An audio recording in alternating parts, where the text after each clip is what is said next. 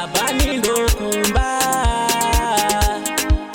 Mr. Shabani, ndini Linux, we makomo tutifule.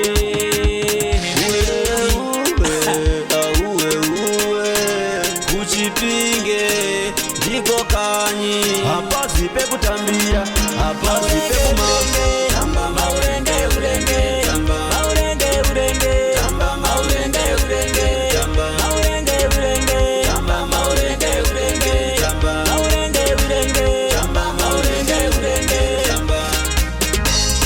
tamba iwe zokupulubura abuwe kazi kama tamba lishe chukucha ipunge kusika kwa chena azimboda kusara izi azimboda kunyara izi doro tokutengera manginde wedzi kama mashekete aripo unogona kuzomanya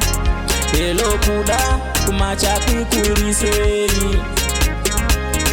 koti muririsei mudara kila baba vatino kumakomo kurisei koti muririsei mangurunda kurisei maurenge urenge tamba maurenge urenge tamba maurenge urenge tamba maurenge urenge tamba maurenge urenge tamba maurenge urenge tamba maurenge urenge tamba maurenge urenge tamba Maurenge urenge pumwe tichingo tamba, maurenge urenge pumwe tichingo fara. Zababa tafoni fonera jenvana tingo, wedu kugomba igomba le mafaro. Udai juza goreli no lume, bauya tiwani fada bauya ne mafaro.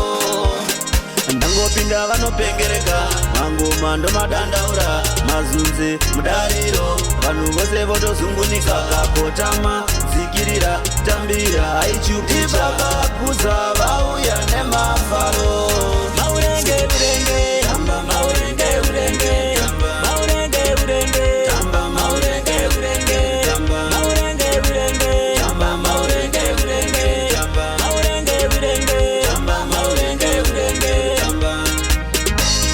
tamba iweze kupulubura kiwaiwe kadzi kama tamba didza chukucha ipunge kusvika kwachena hazvimboda kuzara izvi hazvimboda kunyara izvi doro tokutengera delani wedzi kama mashekede aripo unogona kuzomanya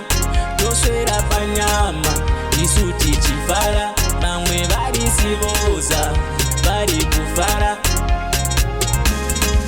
maurenge urenge tamba maurenge urenge tamba maurenge urenge tamba maurenge urenge tamba maurenge urenge tamba maurenge urenge tamba maurenge urenge tamba maurenge urenge tamba ije kangoma usakanga mwari piti vanotisimbisa kangoma ndekenywaka tamba wega kadansika unofunga hatisadudze mafanzi ndedwaya usazodhiba sozodhisenzi mukoma iwe sebera kure ungandikosorera iwe sebera kure ndoda ndizvifarire ini naiwe tale tamba seundeshaviwe naiwe tambu vazambokutambudza iwe naiwe dadi vazambokudadira iwe naiwe vengi vazambokuvengavo ndoda napedzi agopedzisa mutambo uyo hazvinda kukanganwa hazvina mhosva.